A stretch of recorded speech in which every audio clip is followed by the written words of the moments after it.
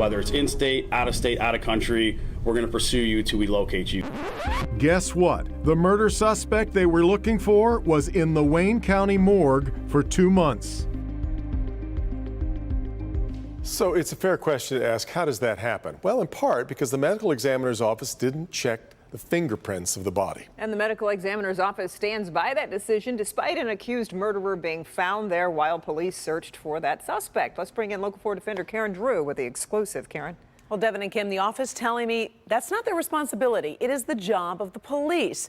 Meantime, other experts are weighing in, saying, hold on, it is the job of the medical examiner to ID bodies. And a big mistake was made. Let me show you what happened.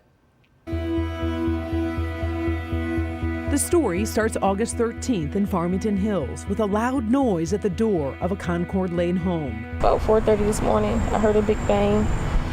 I yelled out his name. Well, I reached out for him. He wasn't there. So I yelled out his name. And that's when he said to call the police that someone has just shot him. Veronica Flowers described what happened to her fiancé, DeJuan White. And I see my front door shattered. And I see him laying on the floor. As police started their investigation, they believe the killer shot his girlfriend in Detroit, then came to Farmington Hills to shoot and kill White. The search was on for 43-year-old Kevin Curtis Moore. You could come in and surrender, or we're going to have to find you. Sources telling me countless man-hours and taxpayers' money were spent searching for Moore. The defenders learned U.S. Marshals searched in Michigan and traveled to Kentucky and Mississippi, trying to track down the accused killer. It was strange. It was like Kevin Moore had just disappeared. Little did anyone know Moore's body was sitting inside the Wayne County Medical Examiner's office, brought there hours after the murder of DeJuan White. His body recovered from the Detroit River in an apparent suicide. Why didn't anyone know the accused killer's body was in the morgue? Moore was a felon with a record. Fingerprints would have shown who he was.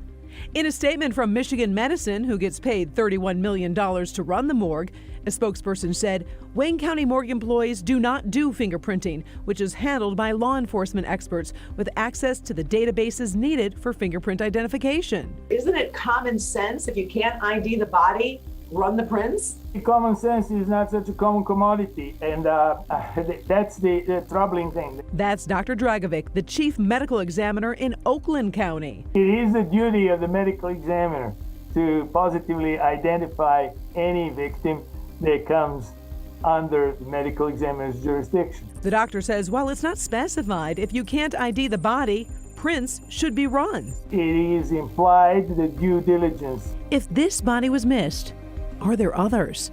Who else could be in the Wayne County morgue? Leaves you wondering.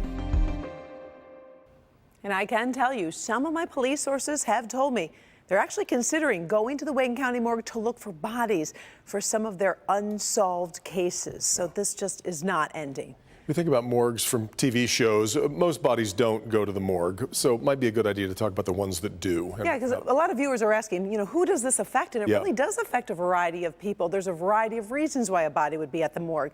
Now, we reported on some overdose cases, but those are just a few. There's also cases of a suspicious death, a sudden death, traffic-related deaths, unwitnessed deaths, and of course, deaths of children. So the way the morgue is operated truly affects a variety of families throughout Wayne County. So we all should really care about this. As you have heard over and over again from so many callers. Yeah. All right, Karen. Thanks, Karen.